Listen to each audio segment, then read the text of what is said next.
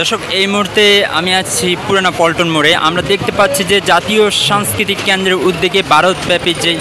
মুসলিম নির্যাতন তারই প্রতিবাদে ভারতীয় হাই কমিশনারের অভিমুখে একটি বিক্ষোভ নিয়ে এগোবার জন্য প্রস্তুতি নিচ্ছেন জাতীয় সাংস্কৃতিক কেন্দ্রের যে সকল নেতাকর্মী রয়েছে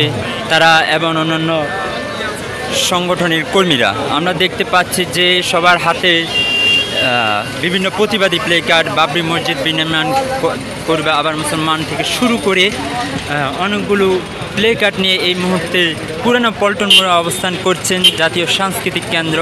এবং ভারতীয় যে হাই কমিশনার রয়েছে তার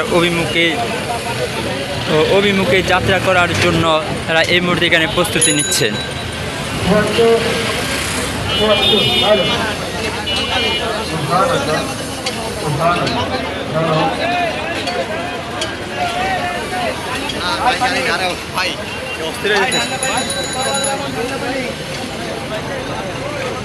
দর্শক, আমরা দেখতে পাচ্ছি যে